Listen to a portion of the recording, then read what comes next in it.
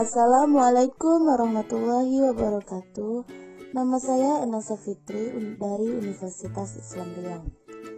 Di sini saya akan membahas tentang konsep dasar diagnostik kesulitan dalam belajar. A. Konsep dasar diagnostik kesulitan belajar. 1. Definisi diagnostik kesulitan belajar. Diagnostik menurut KBBI adalah penentuan jenis penyakit dengan cara meneliti atau memeriksa gejala-gejalanya. Sedangkan kesulitan belajar didefinisikan sebagai rendahnya kepandaian yang dimiliki seseorang dibandingkan dengan kemampuan yang seharusnya dicapai orang itu pada umur tersebut. Kesulitan belajar ini mempengaruhi banyak aspek kehidupan seseorang, baik di sekolah, di keluarga, atau bahkan dalam lingkungan sekitar. Jadi dapat disimpulkan bahwa diagnostik kesulitan belajar adalah proses menemukan masalah atau kendala peserta didik dalam belajar dengan meneliti apa penyebabnya atau gejala-gejala, baik hambatan atau kesulitan dalam belajar yang nampak. 2. Jenis-jenis kesulitan belajar. Kesulitan belajar dibagi menjadi 3 kategori besar, yaitu A. Kesulitan dalam berbicara dan berbahasa. Kesulitan ini menjadi indikasi awal bagi kesulitan belajar yang dialami oleh siswa. Siswa yang mengalami kesulitan jenis ini akan sulit dalam menghasilkan bunyi-bunyi bahasa yang tepat, sulit berkomunikasi dengan orang lain melalui penggunaan bahasa yang benar, atau sulit memahami apa yang orang lain katakan. B. Permasalahan dalam kemampuan akademik. C.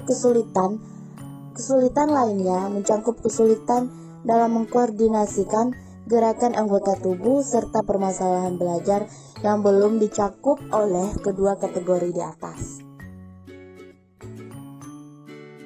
3. Faktor-faktor munculnya kesulitan belajar. Faktor penyebab munculnya kesulitan belajar menurut Soekardi yaitu sebagai berikut. A. Faktor internal yang meliputi kesehatan baik fisik maupun psikis serta problem menyesuaikan diri. B. Faktor eksternal yang meliputi lingkungan, cara guru mengajar yang tidak baik, orang tua siswa serta masyarakat sekitar. Yang keempat yaitu ciri-ciri peserta didik yang mengalami kesulitan belajar. Ciri-ciri umum siswa lamban dalam belajar dapat dipahami melalui pengamatan fisik siswa, perkembangan mental, intelektual, sosial, ekonomi, kepribadian, dan proses-proses belajar yang dilakukan di sekolah dan di rumah. Ciri-ciri itu dianalisis agar diperoleh kejelasan yang konkret tentang gejala dan sebab-sebab kesulitan belajar siswa di sekolah dan di rumah. Ketidaksanggupan siswa lamban belajar dalam menguasai pengetahuan akan mempengaruhi sikap dan perilakunya menjadi tidak cocok dengan lingkungan sekelilingnya sehingga mengundang masalah orang-orang di sekitarnya. Menurut Wijaya tahun 2010, kerusakan-kerusakan itu dikategorikan dalam 4 hal, yaitu A. Disleksia adalah kelemahan-kelemahan belajar di bidang menulis dan berbicara. Ciri-cirinya adalah sulit mengingat huruf, kata, tulisan, dan suara. B. Diskalkulia adalah kesulitan mengenal angka dan pemahaman terhadap konsep dasar matematika. Kelemahan umum di bidang disleksia kadang-kadang muncul di bidang pelajaran matematika. Karena itu, kerusakan-kerusakan di bidang disleksia berpengaruh terhadap kerusakan-kerusakan di bidang diskalkulia. Demikian pula sebaliknya.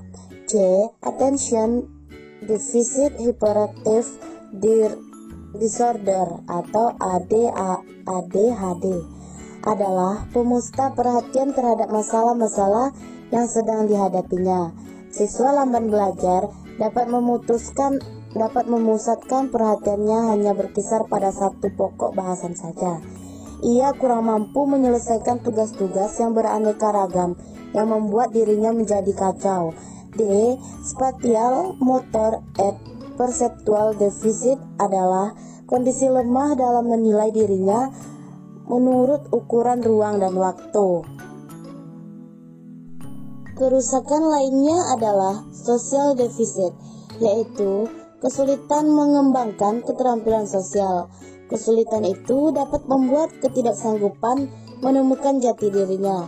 Gejala-gejalanya adalah 1. Kesulitan menangkap tanda-tanda tingkah laku sosial, seperti dalam mencurahkan ide melalui raut muka dan gerakan-gerakan motorik lainnya. 2. Sering memotong pembicaraan orang. 3. Berbicara dengan keras. 4. Sulit berteman. Dan yang kelima, ketidaksadaran terhadap cara orang lain mengamati perilakunya. 5. Prosedur diagnostik kesulitan belajar.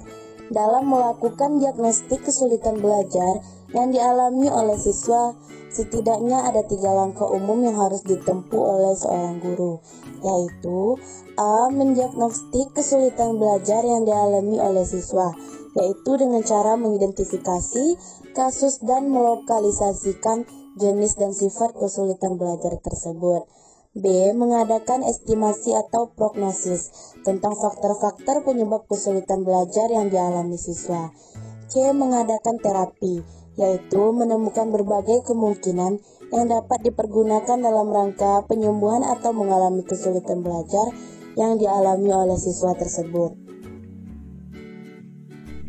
Dalam hal ini, guru senantiasa secara teratur memantau dan menerima informasi tentang kemajuan belajar siswa.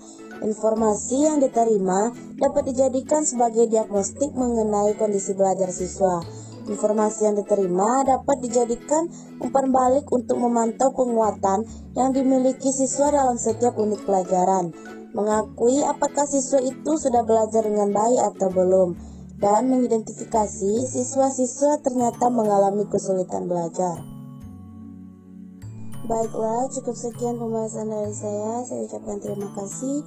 Wassalamualaikum warahmatullahi wabarakatuh.